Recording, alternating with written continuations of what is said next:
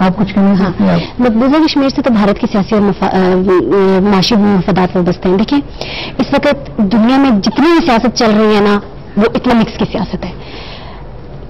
China Pakistan کے ساتھ India کے ساتھ معاہدہ کرتا ہے تو وہ اکنامیکل ہوتا ہے.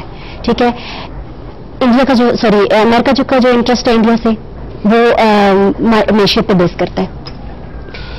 بھارت کا جو انٹرسٹ ہے نا کشمیر سے وہ بھی اکنامکس سے بہت ریلیٹڈ ہے. کیسے؟ ایک زعفران کے کھیت کی قیمت دیکھ لیں, ایک پشمینہ شال کی قیمت دیکھ لیں. زعفران کے 1 کلو لاکھوں میں بکتا ہے, ایک پشمینہ شال 5 لاکھ کی بکتی ہے. پھر ٹورزم وہاں کی دیکھ لیں, دنیا کے سوئٹزرلینڈ کے بعد دنیا کی خوبصورت ترین جگہ ہے. تو یہ ساری ایسی دوسری بات یہ کہ جو ہمارا کشمیر ہے وہ ایک ایسی جگہ پہ لائے کرتا ہے. ایک طرف تو اس کی سرحدیں چائنا سے مل رہی ہیں, پاکستان سے مل رہی ہیں, دوسری طرف اس کی سرحد ملتی ہے اپنا افغانستان کے ساتھ, پھر انڈیا کے ساتھ. تو یہ اگر یہ علاقہ ڈسپیوٹڈ نہ ہوتا تو یہ اکنامیکل ہب ہوتا. تو ایسی جگہوں کو پھر کون چھوڑنا چاہے گا؟ سونے کی چڑیوں کو کون ہاتھ سے جانے دے گا؟ تو میری نظر میں انڈیا کے زیادہ تر معاشی مفادات وابستہ ہیں مقبوضہ کشمیر کے ساتھ. پانی دیکھ لیں, ٹورزم, جس اسپیکٹ سے بھی دیکھ لیں.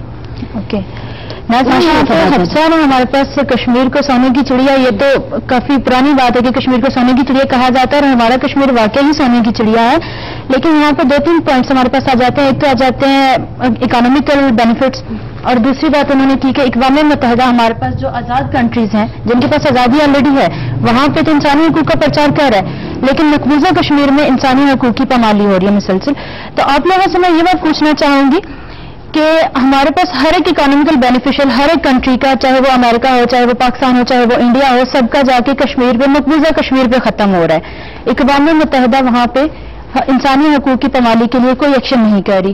تو یہ ظلم پہ ظلم صرف کشمیر پہ ہی کیوں ہو رہا ہے؟ اس کی کوئی ریزن ہے اسپیسیفک آپ لوگوں کے مائنڈ میں کہ جس کی وجہ سے اقوام متحدہ اس کو ریفیوز کر رہا ہے؟ جو آپ نے کوشچن پوچھا کہ اقوام متحدہ کا جو دورہ معیار ہے, اس پہ میں بات کرنا چاہوں گا کہ یہ جو انہوں نے انسانی حقوق کی ایک تنظیم بنائی ہوئی ہے, اس کے چارٹر کے مطابق دنیا میں جو لوگ رہتے ہیں ان کے لیے یہ لازمی ہے کہ برتھ ریٹ جو ان کا ہے, جو ان کے برتھ ہے وہاں سے لے کر ان کے جو حقوق ہیں, رائٹس ہیں, ان کی بات کی جاتی ہے. تو میں سمجھتا ہوں کہ جو ریاست کے اندر یہ ظلم و جبر ہو رہا ہے, اس میں بہت ساری چیزیں ایسی ہیں جو کہ اقوام متحدہ ان پہ غور و فکر نہیں کر رہا, غور نہیں کر رہا. اس میں میرے خیال میں سب سے بڑا جو مین ریزن ہے وہ یہ ہے کہ کشمیر جو ہے وہ اس وقت دنیا میں ایک بڑا ایشو تو ہے, لیکن اقوام متحدہ نے دورہ معیار صرف اس لیے رکھا ہوا ہے کہ یہ اس مسئلے میں بیسک جو ہماری تحریک ہے, اور ہم نے اسپیشلی یہ جو بیس کیمپ جسے ہم کہتے ہیں, یہاں سے وہ تحریک اس طرح سے نہیں اٹھ رہی کہ وہ اس پہ بات کر سکیں. آپ دیکھیں دنیا میں جہاں کہیں بھی, آپ فلسطین کی مثال لیں, آپ دنیا کے دیگر جتنے بھی ممالک ہیں,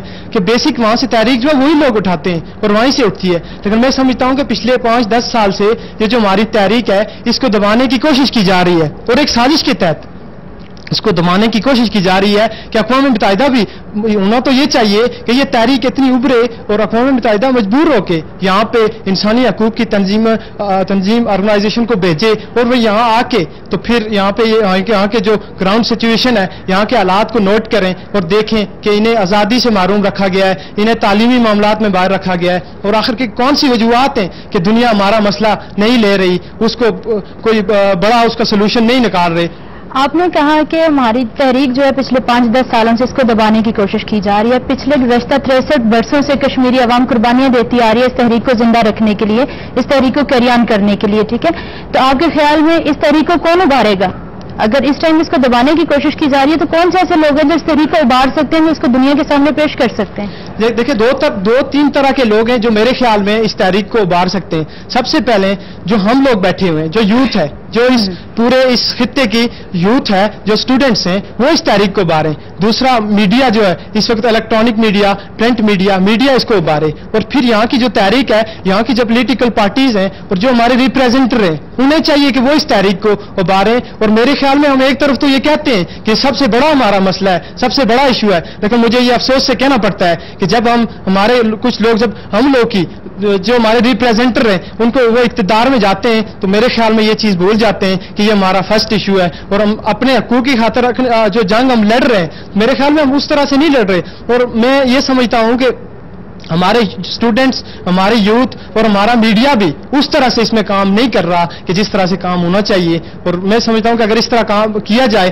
ہم سب لوگ مل بیٹھ کے سب سے پہلے یہ طے کریں کہ ہمارا بیسک ایشو کیا ہے، ہمیں دنیا کو اجاگر کروانا چاہیے نا، یہ چیز ہمیں انہیں بتانی چاہیے، اور پھر جا کے ہم جو اپنا ایک یہ جو ایشو ہے اس کی کوئی سولوشن نکال سکتے ہیں. تو ہم یہ کہتے ہیں ایک طرف سے کہ ہم بنیادی فریق ہیں، ہم جو جس اسٹیٹ میں رہتا ہوں یا ہم سب ہیں، ہم جو لوگ ہیں ہم بنیادی فریق ہیں، اور دوسری طرف ہم کہتے ہیں کہ نہیں، ہمیں بھی فریق بن کے پاکستان اور انڈیا کے ساتھ بیٹھنا چاہیے. میں اپنے آڈینس سے بالکل اتفاق کرتا ہوں کہ یہ دنیا اب میڈیا کی دنیا ہے، اور یہ دنیا اپنے مسئلے کو جو بھی جس طرح سے بھی واضح کوئی پیش کر سکتا ہے وہی دنیا سنتی ہی اسی کی ہے. تو یہی ہے کہ ہم اپنے مسئلے کو، اپنی خارجہ پالیسی کو اتنا بہترین بنائیں کہ دنیا ہماری سنے. جتنے اچھے طریقے سے ہم اپنے مسائل دنیا کے سامنے رکھیں گے، اور جتنا اسٹرانگ ہمارا جو میڈیا ہے، میڈیا گروپ یہ ہوگا، تو اتنے اچھے طریقے سے ہم اپنے مسائل دنیا کے سامنے رکھ سکتے ہیں. تو میں دوبارہ اپنے مہمانوں کی طرف آتا ہوں اور ان سے اپنے کوشچن کا آغاز کرتا ہوں. اور میرا پہلا کوشچن حضرت، میں آپ سے یہ پوچھنا چاہوں گا، کیا مقبوضہ کشمیر کے عوام کو بنیادی انسانی حقوق میسر ہیں؟ بنیادی انسانی حقوق جو میں پہلے گنوا چکی ہوں کہ رہنے کی آزادی، بولنے کی آزادی، مذہبی آزادی، اگر یہ سب چیزیں ان کو میسر ہوتی تو پھر تو ان کو تحریک چلانے کا یا کوئی ڈسپیوٹ تو رکھتے نہیں تھے نا. اگر بنیادی انسانی حقوق میسر ہوتے، بنیادی انسانی حقوق میسر نہیں ہے تبھی تو وہ آواز اٹھاتے ہیں جس کو دہشت گردی شمار کیا جاتا ہے. جو بنیادی انسانی حقوق نہیں. پاکستان نے اسرائیل کے وجود کو ابھی تک تسلیم نہیں کیا، وہ اس لیے کہ کیونکہ عرب ممالک کے ساتھ ان کا مسئلہ ہے، فلسطین کا علاقہ انہوں نے آکوپائڈ کیا ہوا ہے. تو ابھی اسی لیے پاکستان اسرائیل کو تسلیم نہیں کر رہا ہے. تو ہم عرب سے یہ چاہتے ہیں، ہم عرب سے ایک رسپانس مانگ رہے ہیں کہ وہ کشمیر کے مسئلے پر ایسی دلارانہ فیصلہ کرے جیسے پاکستان نے اسرائیل کے معاملے میں کیا ہے، فلسطین کے معاملے کیا ہے. تو عرب ممالک کی خاموشی کیا خبر دے رہی ہے، اور وہ کیوں خاموش ہے اس موضوع پہ؟ میں آپ سے یہ پوچھنا چاہتا ہوں. جہاں تک اس سوال کا تعلق ہے تو کسی نے کیا خوب کہا تھا، خوبت اسے کہتے ہیں جو چبھے کانٹا کابل میں، تو دہلی کا ہر ایک پیر و جواں بےتاب ہو جائے. تو میں یہ سمجھتا ہوں فلسطین کے مسلمان پہ جب ظلم ہوتا ہے تو پاکستان کے لوگ یا آزاد کشمیر کے لوگ جنہوں نے ظلم کو بڑے قریب سے دیکھا ہے، جنہوں نے اس خون کے رنگینی کو بڑے قریب سے دیکھا ہے، وہ اس ظلم جدل کو اپنا ظلم جدل سمجھتے ہوئے اور ایز اے مسلمان، کیونکہ حضور پاک صلی اللہ علیہ وسلم نے فرمایا تھا کہ جب کسی مسلمان کو کانٹا بھی اگر اس کے جسم کے ساتھ ٹچ ہو یا اسے کوئی تکلیف پہنچے، یا اس کی مثال حضور پاک صلی اللہ علیہ وسلم نے اس طرح سے کوٹ کرتے ہوئے کہا کہ اگر جسم کے کسی ایسے کو بھی تکلیف ہو تو پورا جسم بے قرار ہو جاتا ہے. تو اسی چیز کو ہم مد نظر رکھتے ہوئے جہاں تک کشمیر کے لوگوں کا یا پاکستان کے لوگوں کا تعلق ہے تو وہ اس نظریے سے ان لوگوں کا ساتھ دیتے ہیں.